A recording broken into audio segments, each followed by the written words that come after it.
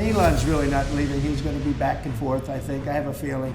It's his baby, and I think he's going to be doing a lot of things. I think the Doge team is doing an incredible job. They're going to continue doing an incredible job, and I'll continue to be visiting here and be a friend and advisor to the president. The so-called bromance between Elon Musk and Donald Trump is over, and the knives are well and truly out. A day before the Doge founder quit the Trump administration, Musk criticized the president's One Big Beautiful Bill. He gave an interview to CBS and said he was disappointed to see the massive spending bill. After he was no longer a special government employee, Musk came out all guns blazing on the social media platform he owns. He said this massive, outrageous, pork-filled congressional spending bill is a disgusting abomination. In another post, Musk wrote, "Mammoth spending bills are bankrupting America." He continued his tirade, saying this immense level of overspending will drive America into debt slavery. The world's richest man is clearly not a fan of Trump's brainchild, and the White House is not having any of it. How mad do you think President Trump is going to be when he finds out that Elon Musk said, "I'm sorry, but I just can't stand it anymore. This massive, outrageous, pork-filled congressional spending bill is a disgusting abomination.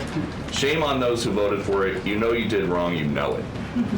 Look, the president already knows where Elon Musk stood on this bill. It doesn't change the president's opinion. This is one big, beautiful bill, and he's sticking to it.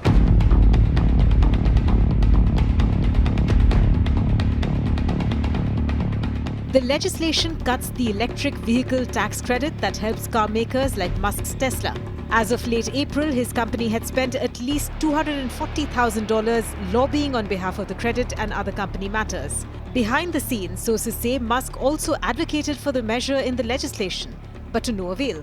Musk was working at the White House as what's called a special government employee, and he had discussed trying to stay in that role beyond the 130-day time limit set by statute for the unpaid advisory position. But ultimately, White House officials said he couldn't keep serving in that capacity.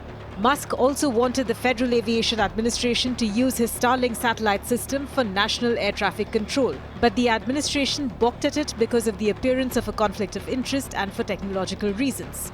The final straw for Musk appeared to have come when Donald Trump abruptly announced that he was withdrawing the nomination of Jared Isaacman, a Musk ally who was meant to be NASA administrator. Musk has managed to find some Republican support. Kentucky Senator Rand Paul and Utah Senator Mike Paul are backing the tech billionaire's criticism of the House-approved version of Trump's mega bill. Responding to Musk's blistering critique, Rand Paul posted, "We can and we must do better." Lee also chimed in, writing the Senate must make this bill better in a reply to Musk. Trump responded to Paul with a series of social media posts accusing him of having very little understanding of the bill and saying that the people of Kentucky can't stand him.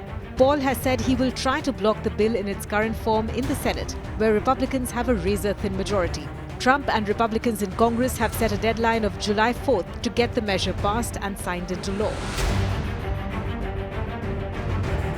The One Big Beautiful Bill is the centerpiece of Trump's legislative agenda and aims to deliver on a series of his campaign promises. It extends the tax cuts Trump introduced during his first term in office in 2017. At the same time, it earmarks funding for other priorities of the current administration. For instance, it sets aside $46.5 billion to continue work on construction barriers along the US-Mexico border to stop migrants and refugees from entering the country. We'll have the lowest tax rate we've ever had in the history of our country, and tremendous amounts of benefit are going to the middle-income people of our country, low and middle-income people of our country. Despite what Trump says, the bill in its current form would drastically cut Social Security programs that millions of Americans depend on. Funding for Medicaid, subsidies, and food stamps will drop. Critics of the bill said these cuts leave the most vulnerable Americans even more exposed to healthcare crises and food shortages. Others point to how the bill will further bloat the country's debt.